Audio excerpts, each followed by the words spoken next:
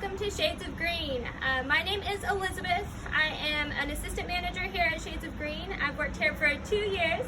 This is Lillian. She has worked in the nursery industry for about 7 years now.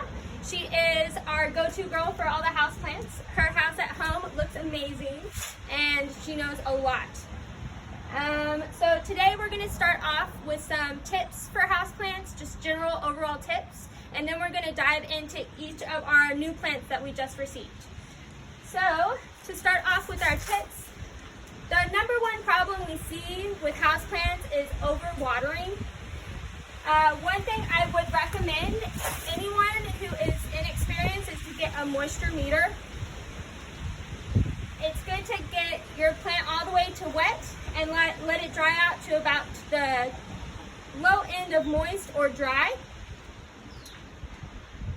Some other tips for houseplants are when you transplant houseplants, you want to keep the pots about 2 inches larger than the pot that it's currently in, or 4 inches larger for the bigger plants. So let's start off with some of my favorite plants. We have the beautiful Sansevieria right here. One of the lower light. This is about how tall it gets, about 4 feet tall, full grown. There is another variety of Sansevieria.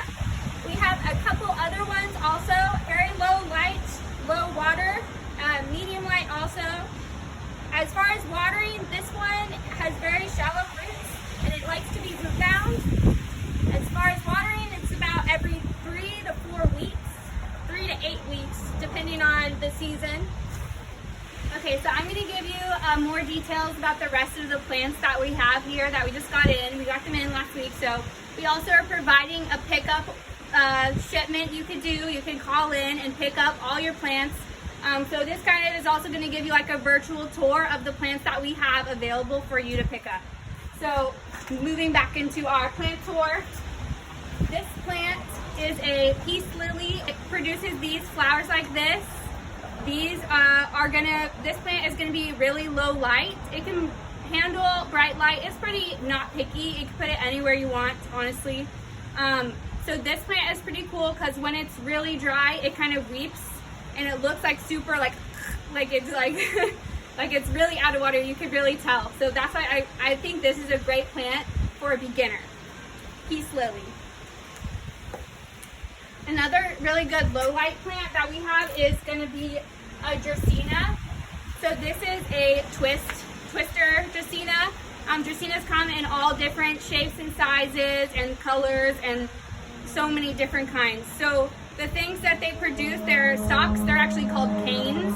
So this plant is going to be also really, really low water. People call this like an office plant because it thrives really, really well anywhere you put it, in an office even. So there's different kinds. We'll go into those later on. I have some larger varieties as well. This cool plant we've never had before. It's called a Fabian Aralia. It's gonna grow kind of like a bonsai, so it has a really interesting trunk structure, and then it has a really small root system, so it does really well in maybe like a bonsai pot or a shallow low bowl. And for all houseplants, you're going to want to make sure they have really good drainage in your pots. Make sure you get a pot with a hole. A lot of times pots don't have holes. Right now it's really trendy to get the baskets, the wicker baskets you put your grow pot into. Those are cool. You can leave your plant in your grow pot for however long if you put it in that basket, depending on the plant. Some of them will get very root bound and will start to lose leaves or something like that if it's too root bound. This plant we also just got in for the first time. It's going to be a Ficus altissima. So it's related to an Audrey ficus. It has these beautiful variegated leaves. It grows really well in bright indirect light, and it needs water probably every 2 weeks. It can handle being dry. Also, it will like wilt and like kind of look super sad whenever it needs water. These guys, these are ZZ plants. So this is a traditional ZZ plant. It's just gonna be green. So it's really pretty because the foliage kind of unspirals. And this one is a new hybridized variety called a Black Raven ZZ plant. These are very trendy right now. I'm really excited that we got this in. It produces this green foliage, and then as the foliage matures, it turns to this black color, which is very, very interesting and cool. These are gonna be really, really low light plants. This is gonna be the lowest light plant that we have here at Shades of Green. These are great. We also have lots of ivies. This is a Philodendron Brazil ivy. It produces these beautiful striped foliage, and it'll trail over. This can grow in low to bright light. It's really not that picky. It likes the soil to be like very well watered and then drain very nicely. We have two other kinds of philodendrons right now as well. This guy is also very trendy. It's called a split leaf philodendron, or a Swiss cheese, or a Monsora philodendron. It has lots of names. It produces these large leaves like this. They'll get much larger. We have this plant in a larger size too. That's like more of a bush if you want to start bigger. The more happy it is, the more sun it's receiving, the more splits it will put into the leaves. This plant produces really big, thick roots called aerial roots. There's one coming out of the bottom here. But as it matures, it will put them on the stem as well, and that's just a way for it to take in humidity. This is its sister. This is a vining Swiss cheese, or a split leaf vine. These are really cool, so they'll kind of cascade over, or you can put it on like a totem pole and it will grow up. Very cool, very easy, and very interesting with these holy leaves.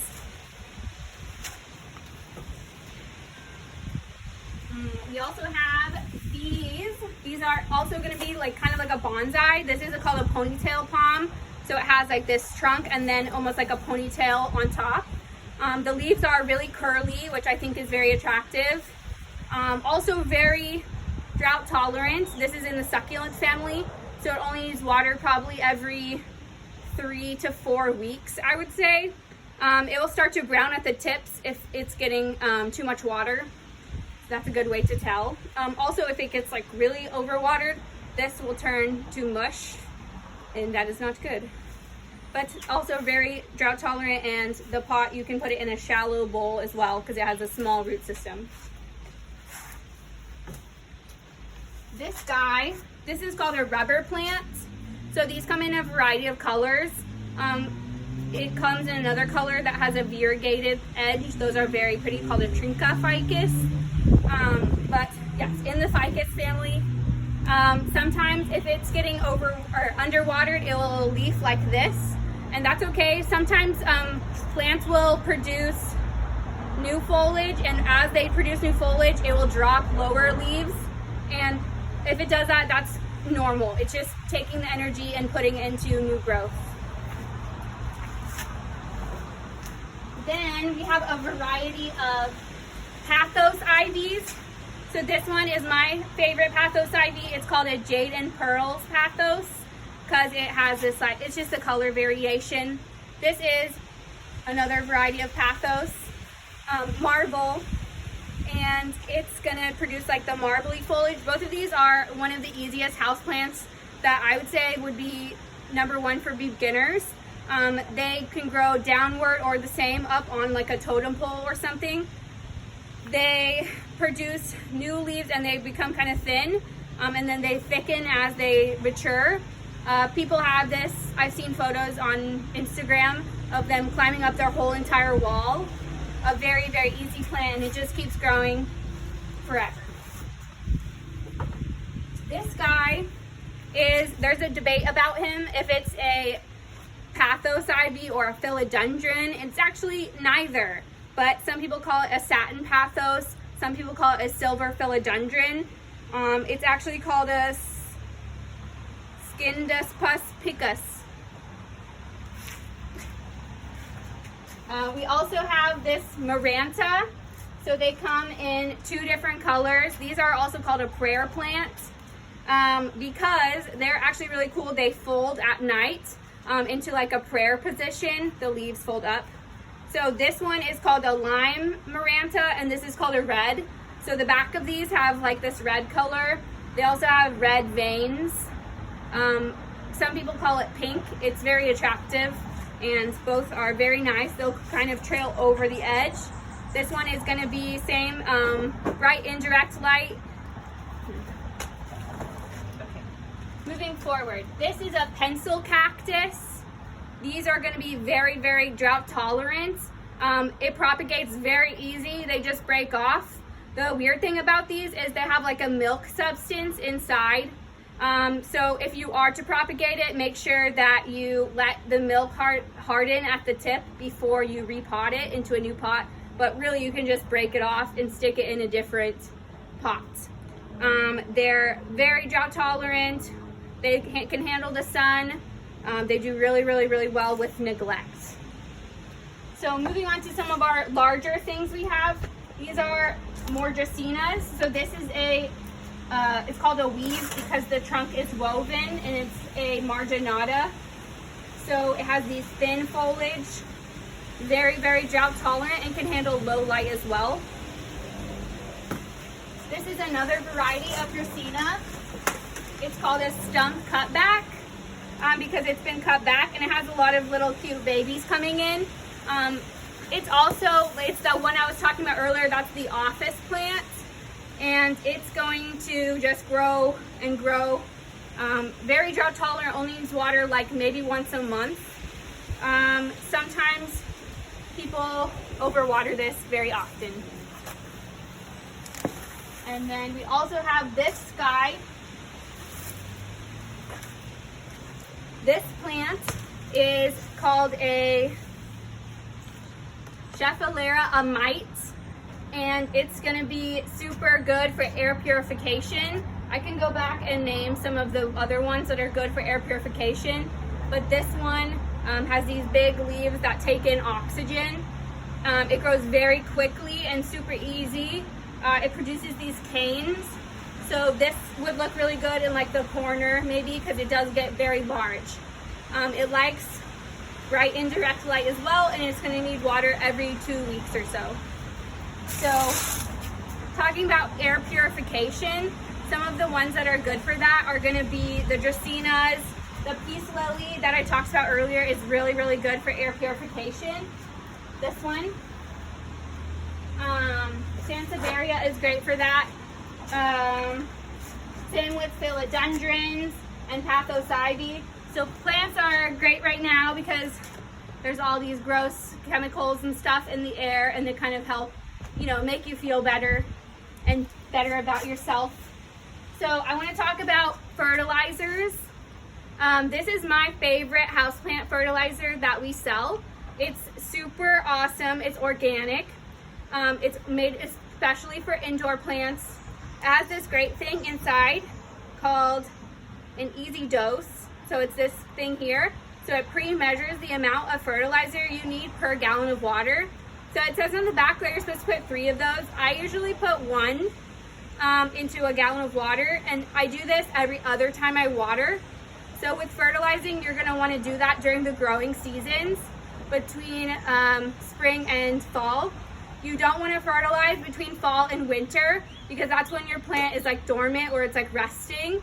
So you don't want to push new growth because it's not the growing season. So you want to push new growth with this during spring and summer. So talking about repotting, Elizabeth was mentioning that you're going to want to go 2 to 4 inches larger in your container. So this right here is my favorite potting soil that we have. It's very loose and airy, so it's pretty beneficial for all houseplants. These 2 products are my favorite products for my houseplants here at Shades of Green. This product is by Espoma. It's called Organic Indoor Plant Food. It's a 2-2-2 mix-up. This product is going to be our Potting Soil Ultimate by Fertilome. So that's all the details I have for you on our houseplants. Elizabeth is going to tell you a few more details, but thank you for listening. Thank you, Lillian, and all your special knowledge. Please come visit us up here at Shades of Green. Feel free to give us a call if you have any questions. Comment below. Thank you. Thank you.